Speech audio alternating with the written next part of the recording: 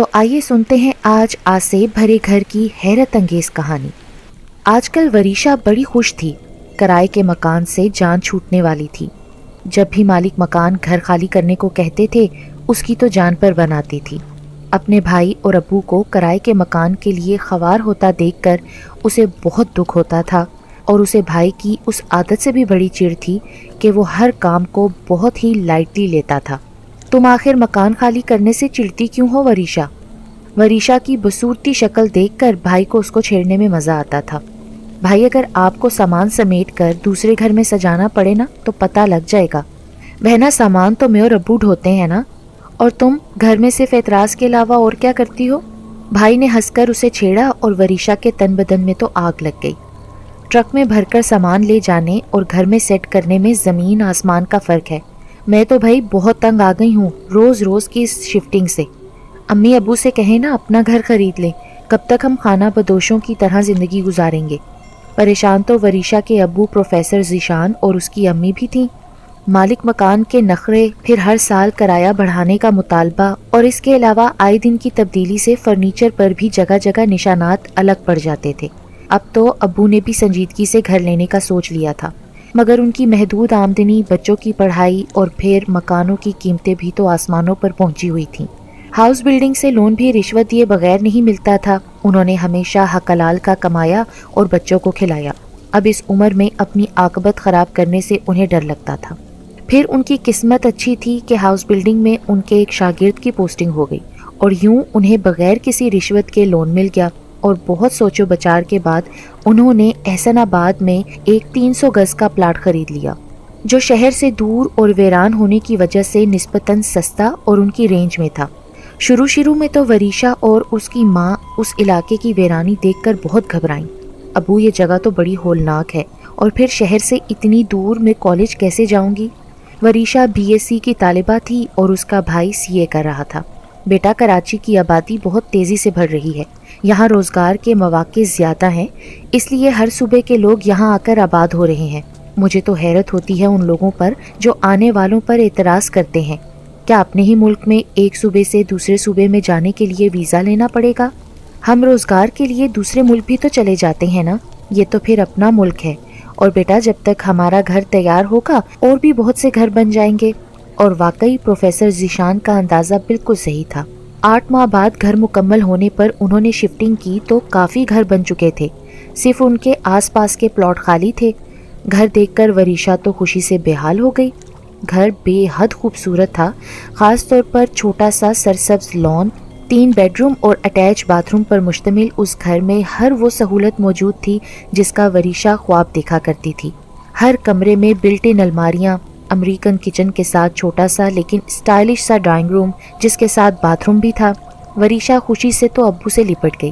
Thank you ابو، اتنے خوبصورت گھر کا تو میں نے سوچا بھی نہ تھا۔ اچھا کیا جو نہیں سوچا تھا، اس گھر پر تو صرف میرا اور امی ابو کا حق ہے، تم کس کھیت کی مولی ہو؟ بھائی نے ہنس کر کہا تو وریشا کو تو پتنگے لگ گئے۔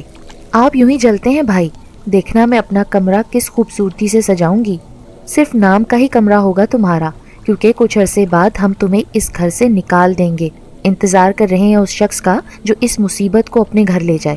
بھائی نے پھر اسے چھیڑا اور وریشا اس کو مارنے دوڑی، لیکن پروفیسر ذیشان بیچ میں آ گئے۔ بیٹا مت چھیڑا کرو ہماری چہکتی بلبل کو، یہ تو اس گھر کی رونق اور رحمت ہے، اس کی رخصتی کے بعد بھی کمرہ اسی کے نام ہی الاٹ رہے گا۔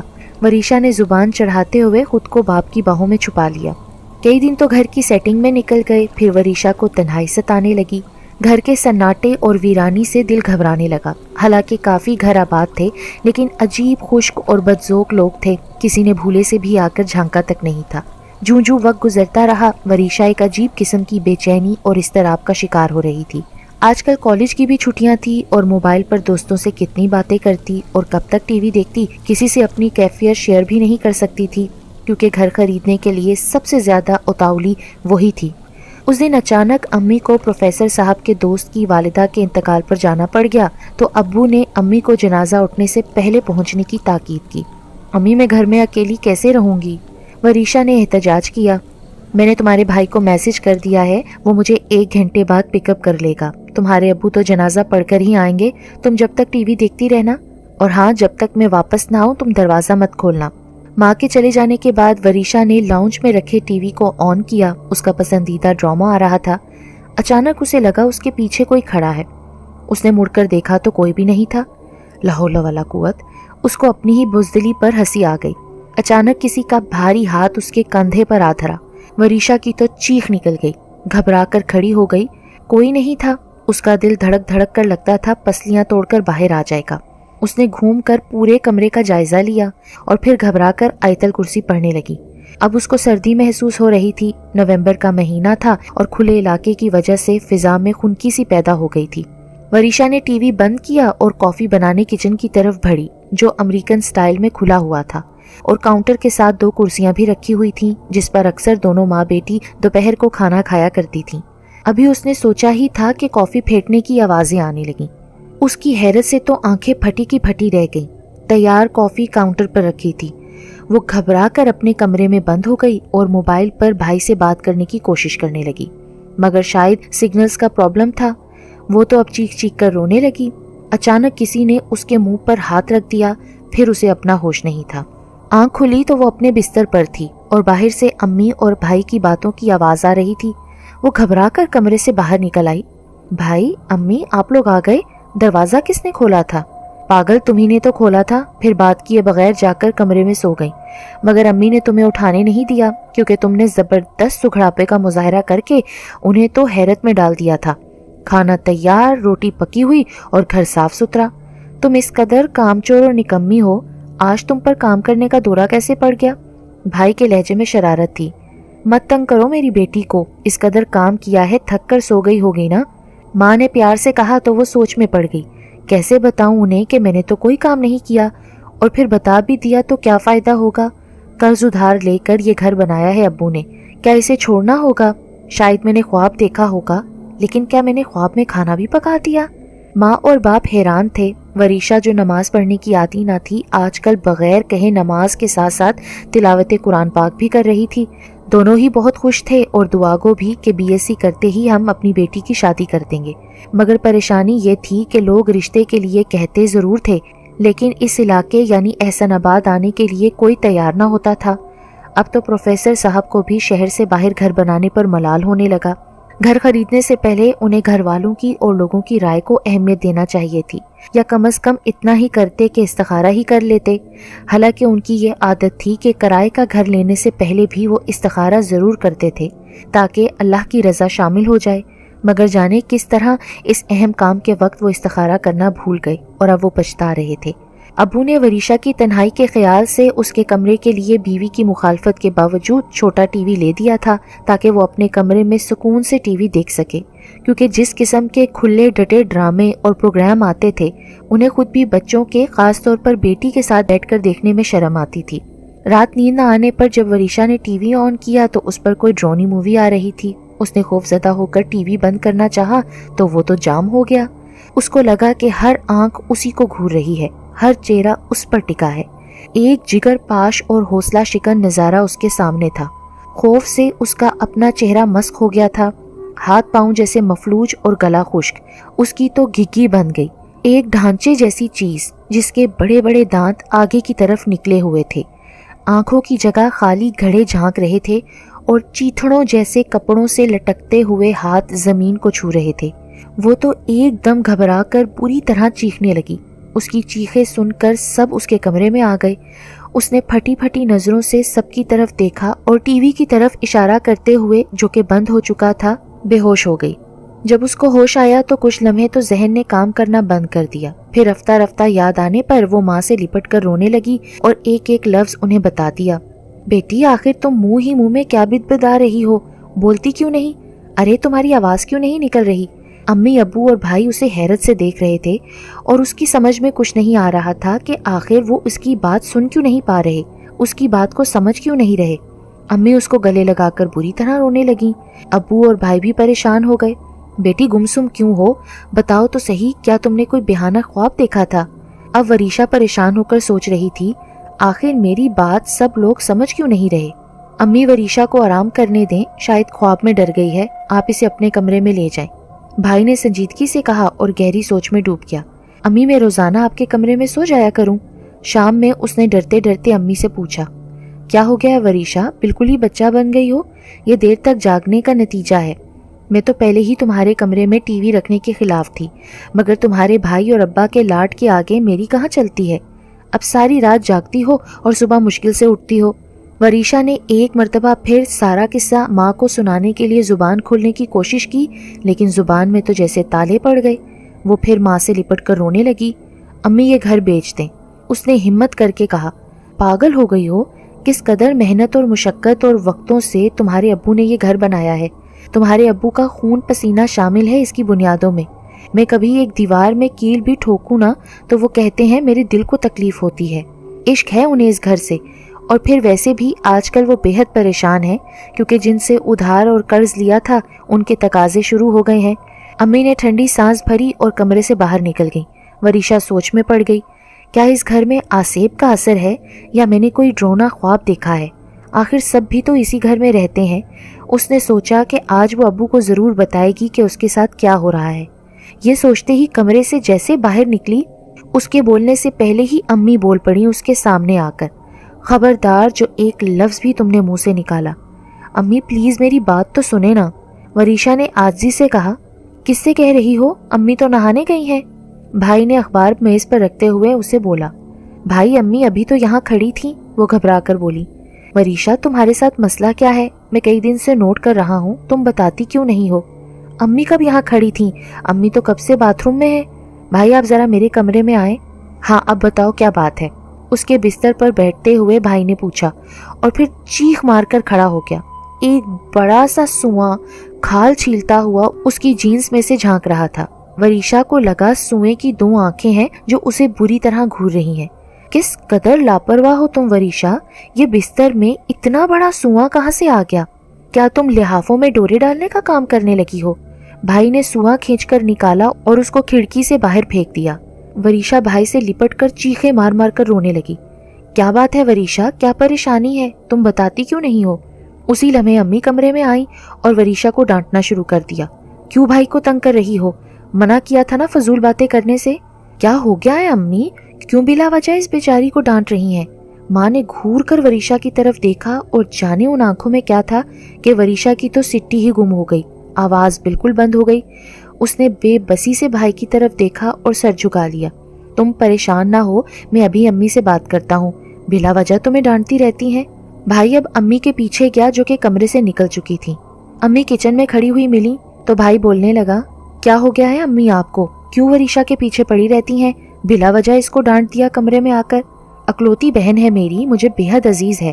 پاگل ہو گئے ہو تم، میں کیوں ڈانٹوں گی وریشا کو؟ میں تو ابھی نہا کر نکلی ہوں، سوچا چائے بنا لوں۔ بھائی کو اچھا نہیں لگا کہ ماں کی اس غلط بیانی پر انہیں ٹوکے، اسی لیے اس نے ماں سے بحث کرنا مناسب نہیں سمجھا اور واپس اپنے کمرے میں چلا گیا۔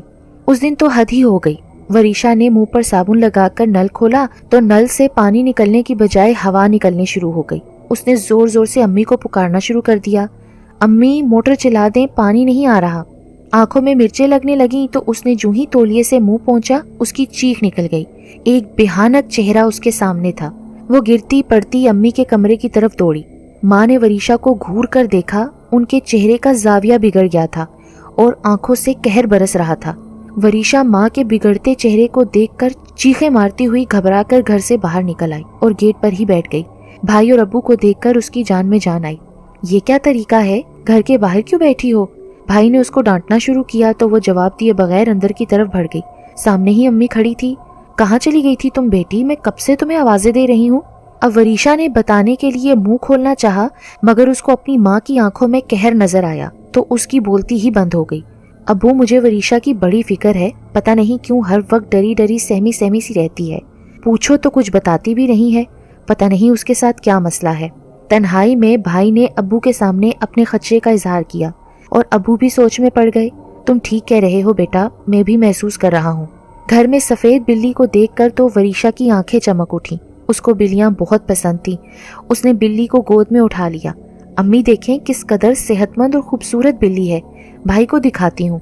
اچانک وریشا کو لگا بلی کا حجم بڑھتا جا رہا ہے اور اس کے وزن سے اس کے ہاتھ دکھ رہے ہیں۔ اس نے جیسے ہی بلی کی طرف دیکھا اس کی تو چیخیں نکل گئیں۔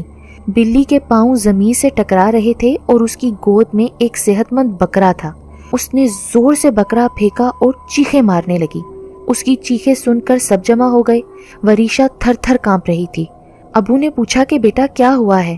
جب اس نے اپنی ماں کی طرف دیکھا، یکدم منہ پھیر لیا اور تیز تیز بول کر سارا قصہ بیان کر دیا۔ وہ جانتی تھی کہ ماں کی آنکھوں میں اس کو قہر نظر آتا ہے، جس سے اس کی بولتی بند ہو جاتی ہے۔ وریشا نے ابو کو یہ بھی بتایا کہ میں جب بھی بھائی یا امی سے بات کرنے کی کوشش کرتی ہوں تو امی میری بات نہیں سنتی اور مجھے ڈرا دھمکا کر بھائی کو بھی بتانے سے منع کر دیتی ہیں۔ بیگم تم نے وریشا کی بات کیوں نہیں سنی؟ ابو بھی غصے میں دھاڑے۔ میں آپ کو کیا بتاتی، خود میری بھی بولتی بند ہو جاتی تھی۔ میں خود ساری رات جاگتی ہوں، دیواروں پر، چھت پر مختلف شکلیں مجھے ڈراتی رہتی ہیں۔ کبھی ان کے ہاتھ لمبے ہو جاتے ہیں اور عجیب عجیب بھیانک مافوق الفطرت شکلوں کا رقص جاری رہتا ہے۔ کئی مرتبہ آپ کو بتانا چاہا مگر میری خود کی آواز بند ہو جاتی ہے۔ کتنی مرتبہ میں نے وریشا کو بھی بتانے سے منع کیا ہے اور یہ منع کرنے کی آواز مجھے اندر سے آتی ہے، جیسے کسی سے اگر ذکر کیا تو کوئی بہت بڑا نقصان ہو جائے گا۔ پھر مجھے یہ بھی احساس تھا کہ کتنی محنت، مشقت اور ادھار قرض لے کر آپ نے یہ گھر بنایا ہے۔ اس کی بنیادوں میں آپ کے خون پسینے کی کمائی شامل ہے۔ کیسے اسے چھوڑ دیں؟ آخر میں امی کی آواز تو گلوگیر ہو گئی۔ حیرت ہے مجھے تم پر، اتنی طویل رفاقت میں تم نے میرے بارے میں یہی اندازہ لگایا؟ ارے بیگم، تم سے اور اپنی اولادوں سے زیادہ مجھے دنیا میں کوئی چیز عزیز ہے؟ اس گھر کو کوڑیوں کے مول بیچ بھی دوں نا تو بھی سودا مہنگا نہیں، مگر مجھے دکھ یہ ہے کہ دونوں ماں بیٹیاں اس اذیت سے گزرتی رہیں اور ذکر تک نہیں کیا۔ یقیناً اس گھر پر آسیبوں کا اثر ہے۔ کیا واقعی ابو؟ بھائی نے پوچھا۔ ہاں بیٹا، جو تمہاری امی اور بہن بتا رہی ہیں نا وہ غلط نہیں ہو سکتا۔ قرآن شریف میں سورہ جن میں اس کا ذکر ہے۔ ہم کسی عالم سے رجوع کریں گے، اللہ کے کلام کی برکت سے ہمیں ان سے نجات مل جائے گی۔ عالموں کو تو بس رہنے دینا ابو، ایک سے ایک بڑھ کر شعبدے باز اور ڈھگوسلے باز ہیں۔ ایسے عالموں پر تو میں لعنت بھیجتا ہوں۔ میں بھی جانتا ہوں بیٹا، مگر تلاش تو کرنا پڑے گا نا۔ ابھی تو نیک لوگوں کی دنیا میں کوئی کمی نہیں۔ آج سے میں وریشا کے کمرے میں اور وریشا اپنی ماں کے ساتھ سوئے گی، اور سوتے وقت آیت الکرسی 7 مرتبہ پڑھ کر حصار ضرور کر لینا۔ وریشا کے کالج کھل گئے تھے۔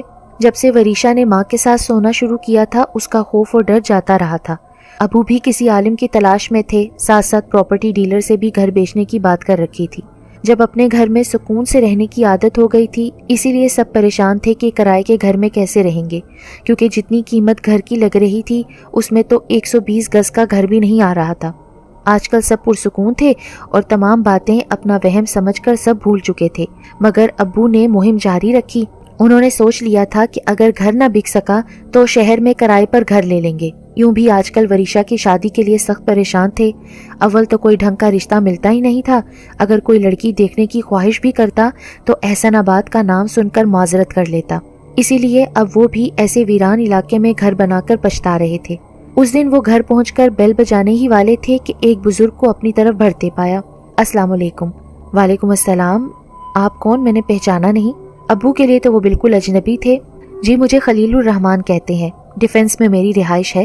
سنا تھا آپ مکان بیچنا چاہ رہے ہیں، اسی سلسلے میں حاضر ہوا ہوں۔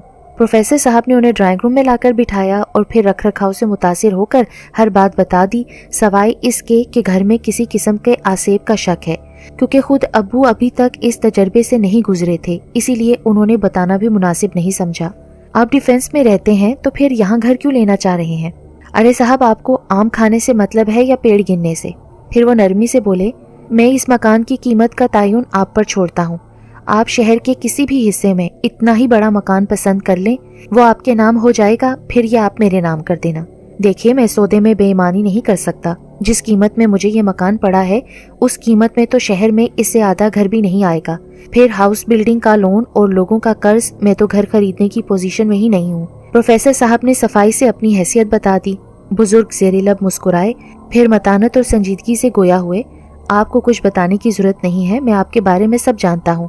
آپ جلد سے جلد مکان پسند کر لیں، میں 1 ہفتے بعد آ کر آپ سے ملوں گا، اور ہاں ابھی اس ڈیل کے بارے میں کسی کو بتائیے گا نہیں۔ ابو کو تو حیران و ششدر چھوڑ کر خلیل الرحمان صاحب جا چکے تھے اور ابو حیرت میں ڈوبے سوچ رہے تھے کہ کیا یہ غیب کی مدد ہے۔ ابو نے گھر والوں کو یہ کہہ کر مطمئن کر دیا کہ کسی ایجنٹ نے گاہک بھیجا تھا۔ پھر انہوں نے گھر دیکھنا شروع کیے۔ انہیں ہمیشہ سے KDA آفیسر سوسائٹی بہت پسند تھی۔ ان کے 2-3 دوست بھی وہاں رہائش پذیر تھے۔ شہر کے وسط میں صاف ستھرا علاقہ۔